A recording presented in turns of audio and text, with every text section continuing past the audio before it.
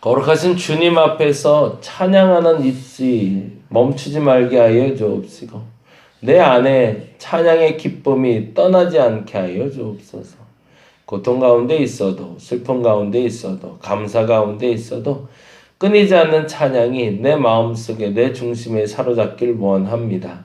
그렇게 살아가는 우리 되게 하여 주시고 주님 없인 살 수 없사오니 주님 없인 살 수 없사오니 우리 중심이 주님을 떠나지 말게 하시며 주님과 함께하는 순간마다 주여 기쁨이 되게 하여 주시옵소서. 오늘도 감사합니다. 고마우신 예수님 이름으로 기도드렸습니다. 아멘. 디도서 2장 말씀 봅니다. 2장 1절에서 10절입니다.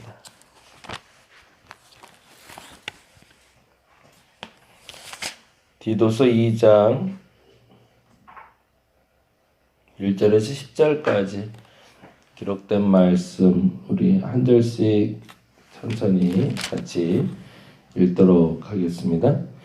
오직 너는 바른 교훈에 합당한 것을 말하여 늙은 남자로는 절제하며 경건하며 신중하며 믿음과 사랑과 인내함에 온전하게 하고 늙은 여자로는 이와 같이 행실이 거룩하며 모함하지 말며 많은 주의 종이 되지 아니하며 선한 것을 가르치는 자들이 되고 그들로 젊은 여자들을 교훈하되 그 남편과 자녀를 사랑하며 신중하며 순전하며 집안일을 하며 선하며 자기 남편에게 복종하게 하라. 이는 하나님의 말씀이 비방을 받지 않게 하려 함이라. 너는 이와 같이 젊은 남자들을 신중하도록 권면하되 범사에 내 자신이 선한 일에 본을 보이며 교훈에 부패하지 아니함과 단정함과 책망할 것이 없는 바른 말을 하게 하라. 이는 대적하는 자로 하여금 부끄러워 우리를 악하다 할 것이 없게 하려 함이라. 종들은 자기 상전들에게 범사에 순종하여 기쁘게 하고 거슬러 말하지 말며 훔치지 말고 오히려 모든 참된 신실성을 나타내게 하라.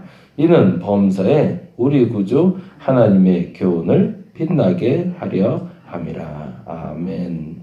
재미난 단어가 5절과 10절에 나오죠. 5절에는 이렇게 되어 있네요. 신중하며 순전하며 집안일을 하며 선하며 자기 남편에게 복종하게 하라 한 다음에 이는에 대한 부분인데요. 이는 뭐라고 되어 있죠? 이는 하나님의 말씀이 비방을 받지 않게 하려면 거기다가 줄을 하나 해놓고요. 그렇게 살아야 되는 이유가 있는데 그 이유는 하나님의 말씀이 손가락질 당하지 않게 하기 위해서. 그리고 또 하나 10절에 이렇게 되어 있습니다. 훔치지 말고 오직 모든 참된 신실성을 나타내게 하라 하고 뭐라고 되어 있죠? 이는 뭐라고 그러죠?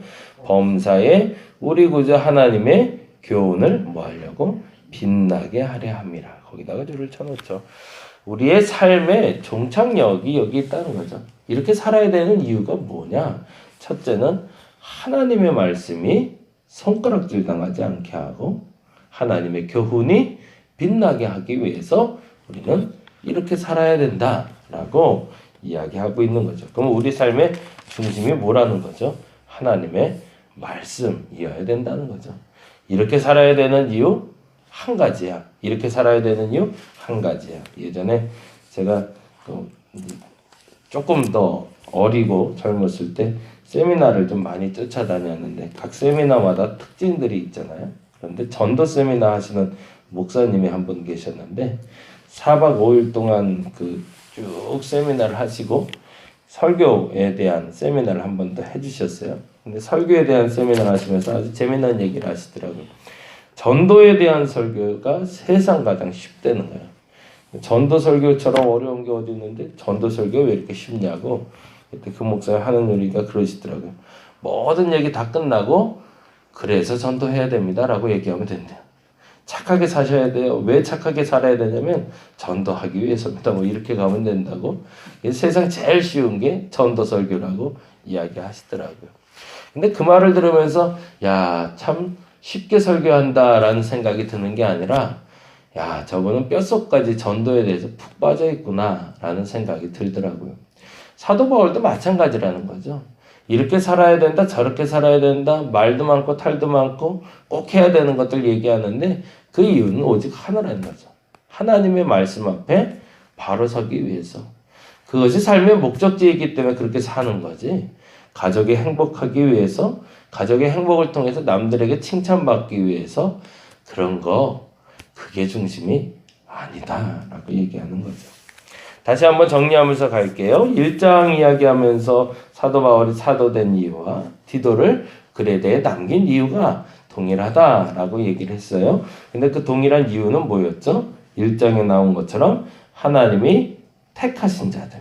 내가 택한 사람이 아니라 내가 좋아서 이 사람은 예수 믿게 하고 이 사람은 예수 저 사람한테 전도 안 할래. 뭐 이렇게 구별하는 게 아니라 하나님이 택해서 이 사람 저 사람은 예수 믿어야 되는 사람이니 저 구원받을 사람들을 네가 데려와라 라고 한 상태인 거죠. 그건 내가 선별한 게 아니기 때문에 내 입맛에 맞는 사람이 아니라 하나님 입맛에 맞는 사람들이 와 있는 상태. 그러다 보니 그 사람의 모습들이 천차만별인데 썩 좋은 모습만 보이지 않더라는 거죠. 근데 그 하나님의 택한 사람들을 데려다가 말씀으로 양육해서 온전하게 이 땅을 살아감에 있어서 가장 적합한 사람으로 만들어내는 게 너의 사명이고 나의 사명이다라고 얘기하는 게 사도 바울의 디도서의 시작이었습니다. 그런데 그가 만나야 될 사람들이 어떤 사람들이라고 했죠? 할례파들이 있는데 그 사람들의 모습은 10절에 이렇게 돼 있었죠. 불순종하고 헛된 말하고 속이는 자들, 그 입이 더러운 사람들, 그 행실이 더러운 사람들, 유대인이라 소위 지칭하는 그런 사람들도 만나게 될 거. 또 이방인 중에 그레데인을 만날 텐데 이들은 태고로부터 이런 사람들이었다. 어떤 사람들이라고 되어 있죠? 12절에 보니 그레데인들은 항상 거짓말쟁이고 악한 짐승이며 배만 위하는 게으름맹이다. 유대인을 만나도 이방인을 만나도 너의 입맛에는 안 맞을 거다. 입에 맞지 않는 음식을 먹는 것처럼 괴로운 게 없는데 그만큼 사람 만나는 게 그리 녹록지는 않을 거다. 그런데 그들이 누구다? 바로 내가 택한 사람들이니 그들을 온전케 하는 게 바로 너의 사명이요 나의 사명인데 내가 그 일을 하다가 왔으니 그 남은 사역을 마무리해서 그래되려는 것이 참된 성지가 될 수 있도록 만들어내는 것, 그것이 디도의 사명이다라고 얘기한 거죠. 그런데 이제는 그 사람들에 대한 연령에 맞춰서 구체적으로 그러면 어떻게 하나님이 택한 사람이 하나님이 택함을 받을 만큼 받은 대로 살게 할 것인가, 그것을 설명해 내고 있는 게 오늘 2장 1절에서 10절이 돼요. 그래서 큰 틀에서 노인, 남자, 늙은 남자라는 표현이 나와요. 노인 중에 나이가 있는 남자, 나이가 있는 여자, 그리고 젊은 여자, 젊은 남자 이렇게 구별해서 마지막엔 종까지 얘기하고 있는데요. 먼저 보니까 2절에서 5절에는 노인들에 대한 이야기가 이렇게 얘기하고 있습니다. 그래서 2장 1절에 이렇게 되어 있잖아요. 오직 너는 바른 교훈에 합당한 것을 말하래요. 왜 그럴까요? 바른 교훈에 합당한 것을 말해서 하나님이 택한 사람들을 온전케 하는 거죠. 어떻게 알려서 2절에 보니까 이렇게 되어 있죠. 늙은 남자로는 절제하며 경건하며 신중하며 믿음과 사랑과 인내함에 온전하게 하고, 이것이 첫 번째 나이든 남자에게 가르쳐서 행해야 되는 그들의 행실의 변화죠. 근데 늙은 남자라고 해서 그 늙은 남자가 나이가 80, 90 이렇게 되신 분들 얘기하는 게 아니라 당대에는 60 이상을 나이가 든 노인으로 보았는데, 이 60 이상의 남자들은 이런 삶을 살도록 가이드를 해주라는 거죠. 그리고 또 하나, 근데 재미난 건 그 나이 든 남자들에게 첫 번째로 제시하고 있는 조건이 바로 절제라는 거죠. 남자들에게 제일 필요한 거였던 것 같아요. 그리고 근신하다라는 표현이 나오는데 절제하고 경고하고 신중하고 믿음과 사랑과 인내하며 온전하다라고 했는데 온전하다는 말은 지난번에 말씀드린 대로 적합한 그 나이에 적합한 삶을 살게 만들어 주라는 거죠. 근데 그 말이 또 나오고 있어요. 3절에 보니까 또 이렇게 돼 있네요. 3절 볼까요? 늙은 여자로는 이와 같이라는 말은 뭐였죠? 이와 같이 늙은 남자들과 똑같이라는 뜻이죠. 행실이 거룩하며 라고 할 때 이 거룩이라는 단어도 역시 적합하다라는 뜻입니다.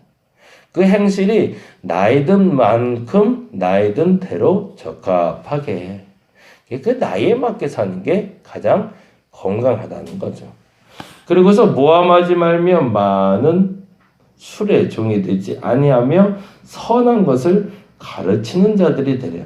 근데 이 선한 것을 누구에게 가르치는 걸까요? 그러면서 늙은 여자들 밑에 젊은 여자들을 놓고 있네요. 그러니까 나이 든 여자분들이 젊은 여자분들을 교훈하고 그 남편과 자녀를 사랑하게 만드는 일은 누가 할 일이다? 나이 든 여자의 역할이다 라고 얘기하는 거죠. 그리고서 신중하게 얘기하고 있는데 4절과 5절의 이야기는 사실은 남편과 자녀와의 관계에서 젊은 여자로서의 도리를 말하고 있습니다. 그리고 분리해서 6절부터는 젊은 남자에 대한 이야기를 하고 있네요. 이렇게 돼 있죠. 너는 이와 같이 젊은 남자들을 신중하도록 권면하되 범사에 내 자신이 선한 일에 본을 보이고 거기에 줄을 좀 쳐놓죠.